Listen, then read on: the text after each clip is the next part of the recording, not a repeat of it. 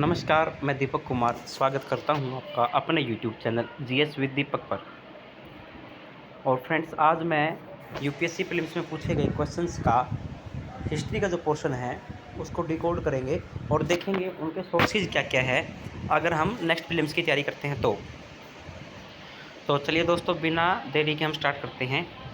Friends, जो आपको second question यहाँ दिखाई दे रहा है, इसका जो सोर्स है वो डायरेक्ट आपका एनसीईआरटी से मुझे मिला है। 12th क्लास की NCERT themes in Indian history भाग 1, ये रहा उसका स्क्रीनशॉट। ये आपका जो भाग 1 है भारतीय इतिहास के कुछ विषय, उसमें डायरेक्ट लिखा गया और यहीं से मुझे ये मिला है। नेक्स्ट है जो सेकंड क्वेश्चन आपका है, ये है आपका निम्नलिखित के प्राचीन और आधुनिक नामों के युग्मों में से कौन से सही सुमेलित है। आपसे पूछ रहे भाई कौन सा सही है, तो मैं अगर आपका बताऊं, इसमें ऑप्शन नंबर 3 है आपका, ये ठीक है, क्योंकि मैंने इसका जो सोर्स ढूंढा है वो आपका रामचंद्र शर्मा जी की जो ओल्ड एनसीईआरटी के नाम से बुक चलती थी वो है, और इसमें ये स्पष्ट आपको दिखाई दे रहा होगा स्क्रीन पे, ये यहाँ से मुझे क्वेश्चन मिला है। नेक्स्ट जो आपका है क्वेश्चन, वो हमारा अमरावती कला से रिलेटेड है। देखिए फ्रेंड्स, इसका डायरेक्ट सोर्स जो आपका है, मैंने एनसीईआरटी को रेफ़र किया है क्योंकि उससे आपकी 2 स्टेटमेंट डायरेक्ट निकल रही है। जैसे मैं यहाँ पे आंसर दिखाऊँ आपको, ऑप्शन में है 1 2 3 ऑप्शन में है, तो अगर हम देखें जो आपका थीम्स इन इंडियन हिस्ट्री है उसी का पोर्शन और 4th लेसन है जो, उसमें मुझे इसके कुछ अंश दिखाई दिए क्वेश्चन के। देखो ये रहा मैप कि जो आपका जो आपकी कृष्णा रिवर है, इसका अमरावती से क्या लेन देन है भाई। अमरावती के नीचे जो अमरावती है वो कृष्णा नदी के निचले वाली घाटी में है, तो नीचे वाली घाटी में है, ये यहाँ से हो गया इसका एक क्वेश्चन। तो एक पोर्शन जो फर्स्ट वाली लाइन है, और सेकंड यहाँ से आइडिया मिला कि western gateway and came to the conclusion that the structure at Amaravati was one of the largest and most significant Buddhist stupa were built. ये भाई मतलब जितना भी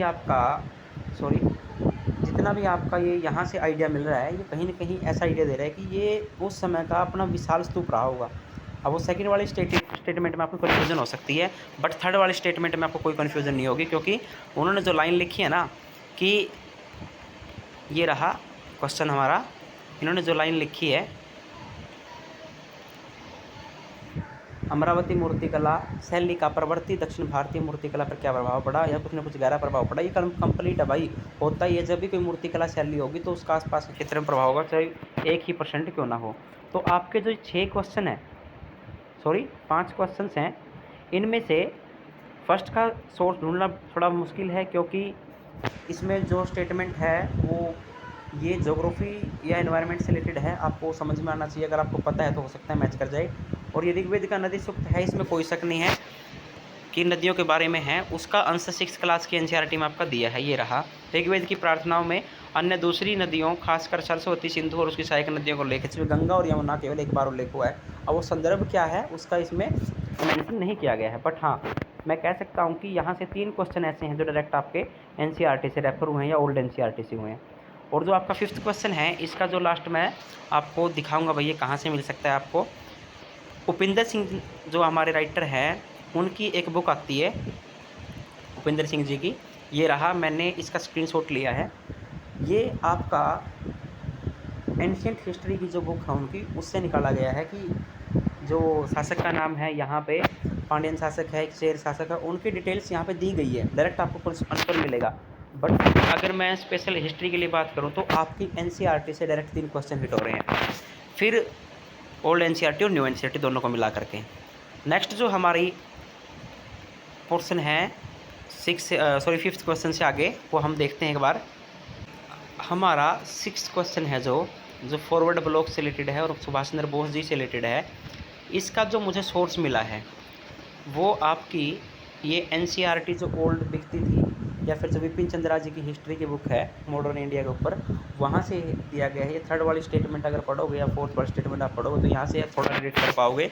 और पूरी का मैं स्क्रीनशॉट इसमें मतलब ऐड नहीं कर पाया, क्योंकि स्क्रीनशॉट लेने में दिक्कत आ रही, वीडियो ज़्यादा लंबी जाती। लेकिन हाँ, अगर आप यहाँ से करना चाहते हैं तो ये Bose could see no other way but to resign from मतलब यहाँ से कि वो रिज़ाइन के अलावा उनके पास में कोई ऑप्शन नहीं था, गांधी जी को वो सेटिस्फाई नहीं कर पाए। और कुछ ऐसी ऐसी बातें यहाँ दी गई हैं, इस बुक से आपका एक क्वेश्चन हो सकता है, यानी कि ये भी आपका ओल्ड एनसीईआरटी से हो रहा है। मैं उसके ऊपर मेंशन कर देता हूँ, जब हम लास्ट में गिनेंगे तो हम पता चले कहाँ कहाँ से कितने क्वेश्चन आए हैं।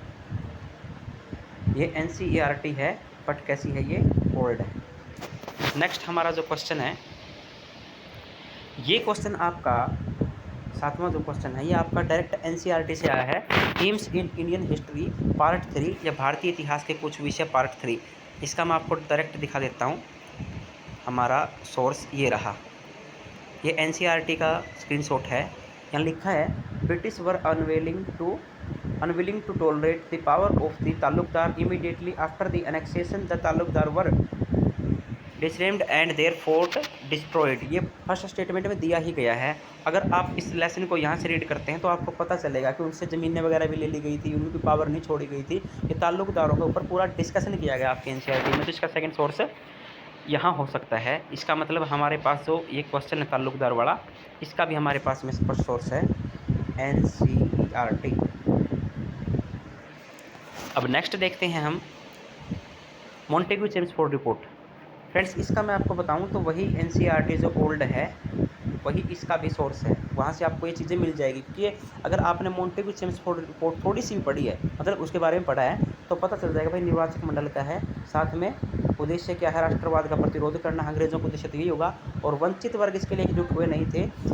ये सब क्या है, वंचित वर्ग पृथक निर्वाचक मंडलों में हितों के लिए एकजुट भी हुए थे, इसमें कोई शक नहीं है भाई। कुछ न कुछ बातें हुई थी, तो ऐसी ऐसी बातें यहाँ पे आपकी जो एनसीईआरटी है इसमें डिक्लेयर की गई है, ओल्ड में भी और न्यू में भी। न्यू इसका थोड़ा सा मतलब डिटेल वर्जन नहीं दे पाता, थोड़ा डिटेल में नहीं है वो। ये रहा, अगर आप यहाँ से पढ़ पाओगे तो ये इसका सोर्स हो सकता है, यहाँ से मैच करेगा भाई, मतलब अंडरस्टैंडिंग बिल्ड होगी तो क्वेश्चन सोल्व होगा। साथ ही साथ में इसका जो दूसरा सोर्स है, अगर मैंने मेंशन किया है, सॉरी यहाँ मैंने मेंशन नहीं किया है, तो वही मैंने जो भी बताया था, आपका सोर्स क्या हो सकता है, जो भी बिपिन चंद्र जी की हमारी मॉडर्न हिस्ट्री है वो। इसका मतलब आपके 3 क्वेश्चन यहाँ से हिट हो गए डायरेक्ट। और इसके क्वेश्चन, ये मैं हिस्ट्री के क्वेश्चन नहीं कह सकता, इनको आर्ट एंड कल्चर के है। मैंने इनको सर्च करने की कोशिश की, तो एक आर्ट एंड कल्चर की बुक है हमारी, वहाँ से सर्च करने की कोशिश की, बट उसका डायरेक्ट रेफरेंस इसमें कुछ मिला नहीं।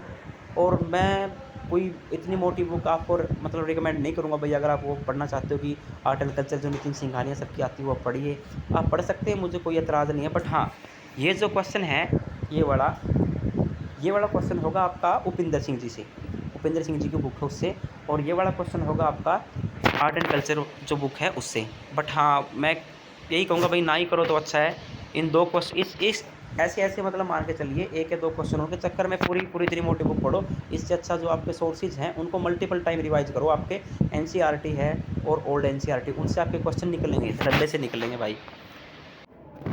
और फ्रेंड्स, जो क्वेश्चन नंबर 11 है हमारा, इसके सोर्स भी कुछ वैसे ही है जो मैंने अभी बताया था। कोई ऐसा मतलब एक फर्स्ट सोर्स मैं आपको नहीं बता पाऊँगा इसका, लेकिन हाँ, ये कन्फर्म ये भी आपका वहीं से मिला है। मैंने इसमें देखने की कोशिश की थी नितिन सिंघानिया सर की बुक में, तो वहाँ से कुछ ना कुछ इसका आइडिया मिल रहा था। बट मैंने वो डाला इसलिए नहीं कि भाई क्यों मतलब इतना बर्डन किया, किसी भी एस्पिरेंट को बुक इतनी नहीं पढ़नी होती भाई, वो कैसे पढ़ेगा, इतनी लिमिट है उसके पास में। 3 मॉडर्न हिस्ट्री, एंशिएंट मेडिवल, तीनों के 3 तो आपकी +2 की पार्ट हैं, 6th 7th 8th की होती है, और साथ ही साथ में आपके पास में ओल्ड एनसीईआरटी के नाम से बुक बिक रही है भाई। फिर है ये जो आपकी लाइन है, ये आपकी डायरेक्ट एनसीईआरटी में दी गई है। अगर आप 12th क्लास की बुक निकालते हो, फर्स्ट बुक है जो एंशिएंट मेडिवल मॉडर्न के बारे में है, उसमें से एंशिएंट वाला जो पोर्शन है, थीम्स इन इंडियन हिस्ट्री 1, तो यहाँ से वो लाइन डायरेक्ट मिल रही है कि आहत सिक्के थे वो चांदी के बने होते थे, और शहरी जीवन की उद्भव की ओर शिकायत करते हैं, सॉरी मतलब इशारा करते हैं, ये भी है। और मुद्रा अर्थव्यवस्था की ओर संक्रमण से इसका मतलब रिलेशन है, तो वो भी है। दोनों के दोनों स्टेटमेंट ठीक है। और ये वर्णन है, ये भी वहाँ स्पष्ट दिया गया है, यानी यहाँ से हो जाएगा ये। अगर मैं इसका सोर्स भी मेंशन करूँ तो आपका इसका सोर्स भी एनसीईआरटी है, जो आपकी अंडरस्टैंडिंग बिल्ड करेगा और आपके क्वेश्चन सोल्व होने की संभावना यहाँ से बढ़ेगी, क्योंकि एक सोर्स इनका कोई है नहीं, तो इसलिए मतलब थोड़ा सा हो सकता है। अच्छा, नेक्स्ट है हमारा ये मंदिर नागर शैली कौन सा है, तो इसका अगर मैं आपको सोर्स बताऊं तो जो हमारी इंट्रोडक्शन है आर्ट एंड कल्चर की 11th क्लास में जो आपकी एनसीईआरटी की बुक है, उसका मैंने यहाँ देखो, ये 6th क्लास की एनसीईआरटी की है, यहाँ भीतर गांव के मंदिर का दिखाया गया है, अधिकतर मंदिरों में मंडप वगैरह कुछ भी ऐसा लिखा गया, मतलब आप पढ़ोगे तो आपको चीज़ें थोड़ा सा आसान होगी। एक और मंदिर है दुर्गा का, यहाँ से आपको अनुमान लगेगा। ये तो मैंने वैसे स्क्रीनशॉट रखे हैं यहाँ पे। ये आएगा आपका मेन मंदिर, तो ये रहा विरूपाक्ष टेम्पल जो हमारा ऑप्शन में दिया है। ये वैसे शैली में नहीं है, यहाँ लिखा है स्पष्ट, दिखा भी दूंगा मैं आपको। देखो चोल और पांड्याज से इनका संबंध रहा है। चोल और पांड्याज आपको भी पता है कि नागर शैली से नहीं थे, वो द्राविड़ शैली थे। नेक्स्ट ये टेम्पल के कुछ एग्जाम्पल है। जो मेन टेम्पल मैं आपको दिखाना चाहता हूँ वो ये रहा आपका, नहीं ये भी नहीं, ये रहा साइड में मैंने मेंशन किया है। ये आपकी 11वीं क्लास की जो आर्ट एंड कल्चर की बुक है उसका इंट्रोडक्शन टू इंडियन आर्ट है, उसका स्क्रीनशॉट है ये लिखा। Deogarh we can see how dramatical the shape and style of Nagara temple. यहाँ नागर आर्किटेक्चर है, तो आपको देखो डायरेक्ट सोर्स मिल रहे हैं ये भी आपकी आर्ट एंड कल्चर में से। जो अगर आप बेसिक एनसीईआरटी से करोगे तो ये क्वेश्चन आपके सोल्व होने की संभावना बढ़ जाती है। नेक्स्ट अगर मैं देखता हूँ इसका सोर्स भी आपका, मैं मान के चलता हूँ कि आपका क्या होगा एनसीईआरटी, बट वो कौन सी है अब की बार आपकी है वो आर्ट एंड कल्चर वाली। ठीक है, नेक्स्ट आपका ये है जैन धर्म। इसके ऊपर अगर हम क्वेश्चन देखने की कोशिश करें तो इसका जो मुझे डायरेक्ट सोर्स मिला वो ना तो एनसीईआरटी में मिला, ये महेंद्र सिंह जी वाली बुक है, इसका मैं स्क्रीनशॉट आपको दिखा देता हूँ। बट हाँ यार मैं उसको रिकमेंड नहीं करूँगा, बहुत मोटी बुक है। जो ऑप्शनल वाले हैं वो पढ़ सकते हैं, जिसके पास में हिस्ट्री ऑप्शनल है वो फिर और किसी बुक को रेफर ना करें, वो एनसीईआरटीज़ और भूपिंदर सिंह को करें भाई। एनसीईआरटी मतलब इनफ है भाई इसके लिए, आपके एंशिएंट इंडिया के लिए। चलो मैं दिखाता हूँ इसका आंसर भी आपको, अगर मैंने मेंशन किया है तो ये रहा डायरेक्ट यहाँ से मिलेगा आपको अगर आप पढ़ोगे तो। गॉड देव है, ह्यूमंस है, मनुष्य है, और प्लांट एंड वेज कुछ भी ऐसे मतलब वर्णन दे रखा है प्लांट के वगैरह में और एनिमल्स के वगैरह में। अगर आप यहाँ से देखो ये आपका स्क्रीनशॉट है भूपिंदर सिंह जी की एंशिएंट हिस्ट्री की बुक का। तो मेरे ख्याल से आपको ये सारे के सारे क्वेश्चन पता चल गए होंगे। भूपिंदर सिंह के लिए मैं रिकमेंडेशन नहीं दूंगा भाई, आप पढ़िए या उसको मत रेफर ना ही करो तो भाई, मतलब बहुत हैवी बुक है, मैंने कल देखी थी वो। उसके बाद है यहाँ से हमारे हुए 3 क्वेश्चंस। एक ये वाला, अगर हम इसको एनसीईआरटी में ना मान के, चलो इसको भी नहीं मानता मैं, इसको मैंने वैसे सोर्स बता दिया, भूपेंद्र सिंह जी की बुक है वो होगी। इसका मुझे एनसीईआरटी में कोई सोर्स नहीं मिला भाई, अगर कोई और बुक होगी तो मैं इसके बारे में कुछ ढूंढ के आपको बताता हूँ नेक्स्ट वीडियो में। हमारे जो नेक्स्ट क्वेश्चन है 4 उनके बारे में और देख लेते हैं। देखो फ्रेंड्स क्वेश्चन नंबर 18 है, अगर आप ध्यान से देख पा रहे हो यहाँ स्क्रीन पर दिखाई दे रहा होगा। ये कह रही घरों में तकली की प्रचुर मात्रा है, चरखे उपलब्ध नहीं है, या फिर असंकित बाट है, मापन बाट है, जो भी इसमें लिखा है इसके मैं डायरेक्ट आपको लाइन बाय लाइन दिखाता हूँ एनसीईआरटी से। ये देखो फ्रेंड्स, वेट का मेजरमेंट का सिस्टम है, ये वैज्ञानिक पद्धति है या नहीं आप देख सकते हो। Weight usually made of stone called chert और generally cubical with no markings the lower क्या लिखा है ये denominations of weight were binary. और आपका साथ में डेसिमल सिस्टम को फॉलो कर रहा था भाई। डेसिमल सिस्टम थोड़ा सा वैज्ञानिक सिस्टम है, इसका मतलब विज्ञान की तरफ उनका प्रसार था, यहाँ से आपका क्वेश्चन ये निकल रहा है। फिर आपका दो एक और मैं बता सकता हूँ आपको क्वेश्चन, वो है ये रहा। जो डोमेस्टिक आर्किटेक्चर है वो जो क्वेश्चन में दिया है वही है, लेकिन इसका निष्कर्ष वो लिखा है कि वो आपकी साझी संपत्ति, साझी नहीं थी भाई, यहाँ प्राइवेसी का कंसर्न था, इन्होंने लिखा है स्पष्ट। इसका मतलब हम जो क्वेश्चन है उसका सोर्स मैं अगर आपको स्पष्ट बताऊं, इस क्वेश्चन का अगर मैं सोर्स आपको बताऊं क्वेश्चन नंबर 18 का, तो मुझे इसका सोर्स पता चला भाई एनसीईआरटी, यहाँ से वो क्वेश्चन निकलेगा।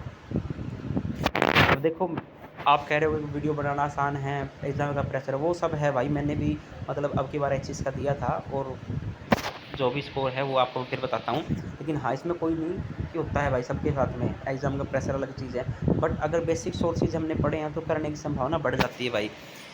नेक्स्ट और इसका है, इसका भाई मैं आपको वही सोर्स कहूँगा जो आपकी बिपिन चंद्रा जी सर की एनसीईआरटी है ना मॉडर्न हिस्ट्री, वही करें।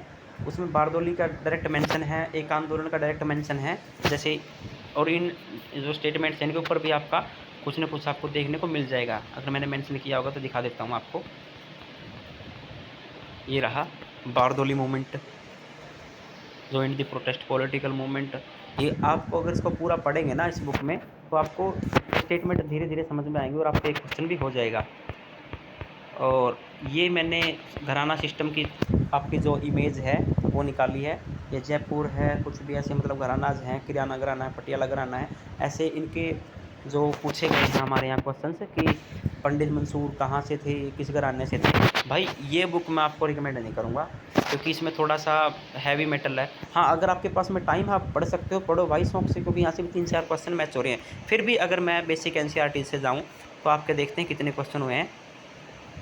एक क्वेश्चन ये हो गया एनसीईआरटी से, दूसरा ओल्ड एनसीईआरटी से ये हो गया 2, और एक हमारा जो क्वेश्चन था वो था हमारा अमरावती वाला, वो हो गया 3। एक हमारा क्वेश्चन हो गया आपका जो मैंने थोड़ा सा रेफरेंस दिखाया था महात्मा बुद्ध वाला, 4। एक आपका हो जाता है जो पुरुषनी नदी वाला है, 5। एक ताल्लुकदार वाला, 6। और एक आपका क्वेश्चन है जो पीछे अभी हम कर रहे थे सुभाष चंद्र बोस जी के बारे में, 7। कम से कम यहाँ से मतलब मान के चलिए आप, मैं गिनूँ तो डायरेक्ट गिनवा ही देता हूँ आपको मैं, चलो। एक क्वेश्चन, 2 क्वेश्चन, ये दोनों के दोनों आपके डायरेक्ट है ओल्ड एनसीईआरटी। 2 के बाद है हमारा क्वेश्चन नंबर 15, 3। ये उपेंद्र सिंह से आया है, इसको आप स्किप भी कर सकते हैं, फिर भी मान लेते हैं 2 तो है ही हमारे पास में। तीसरा ये एनसीईआरटी से हो रहा है, चौथा ये एनसीईआरटी से हो रहा है आपका। इसके बाद है हमारा 4 होने के बाद है हमारा 5वां ये एनसीईआरटी से डायरेक्ट है, 6ठा ये ओल्ड एनसीईआरटी से है, 7वां ये क्वेश्चन भी हमारा एनसीईआरटी से हो रहा है, ओल्ड को और न्यू को मिला करके। 7 क्वेश्चन होने के बाद हमारा जो क्वेश्चन नंबर 3 है ये 8वां हो गया, जो एनसीईआरटी से हम कर सकते हैं। ये नहीं कर सकते भाई, इसका भी मैं एक रेफरेंस नहीं दूंगा आपको। और ये 9वां क्वेश्चन, ये भी एनसीईआरटी से हम कर सकते हैं। कुल मिला करके आपके देखो, अगर मैं डायरेक्ट सोर्स बोल लूँ तो 7 क्वेश्चन का आपका डायरेक्ट एनसीईआरटी है। अगर मैं ओल्ड एनसीईआरटी को मिला दूँ तो आपके 9 से 10 क्वेश्चन आते हैं। अगर आप पूरी एनसीईआरटी थोरोली पढ़ पाते हो, डीप रीडिंग कर पाते हो और आप अंडरस्टैंडिंग बढ़िया बना पाते हो तो आपके 10 से 11 क्वेश्चन निकल रहे हैं भाई। और मैं अगर यहाँ होता हूँ और चलो मैं नहीं कह सकता ये बात, तो फिर भी अगर कोई बच्चा है, कोई भी एस्पिरेंट है, चाहे मैं भी बैठा हूँ, अगर करने की कोशिश करें 7 क्वेश्चन भाई बहुत हो जाते हैं। तो उम्मीद है कि दोस्तों ये वीडियो आपको अच्छी लगी होगी। जो मैंने सोर्सेज आपको बताए हैं मैं एक बार फिर मतलब लिख के बता देता हूँ आपको क्या क्या मैंने बताए हैं यहाँ पे। तो हमारे सोर्स में सबसे पहले मैंने बताया थीम्स है जो एनसीईआरटीज, तीनों के 3 करिए कन्फर्म। दूसरा आपकी जो ओल्ड एनसीईआरटी के नाम से बुक मिल रही है वो, अगर आप ये सब करते हैं तो आपके क्वेश्चंस कन्फर्म निकलेंगे, 7 से 8 क्वेश्चन यहाँ निकल रहे हैं। बाकी दोस्तों वीडियो अच्छी लगे तो लाइक करो, शेयर करो, सब्सक्राइब करो। देखो जैसे मैंने रिसर्च करके 7 घंटे लगे भाई इन किताब को ढूंढ के यहाँ से पढ़ने में। भाई कंटेंट बड़ी मेहनत के साथ में तैयार होता है। सपोर्ट करो दोस्तों, कुछ ना कुछ और हम यहाँ पे ऐड करने की कोशिश करेंगे। धन्यवाद।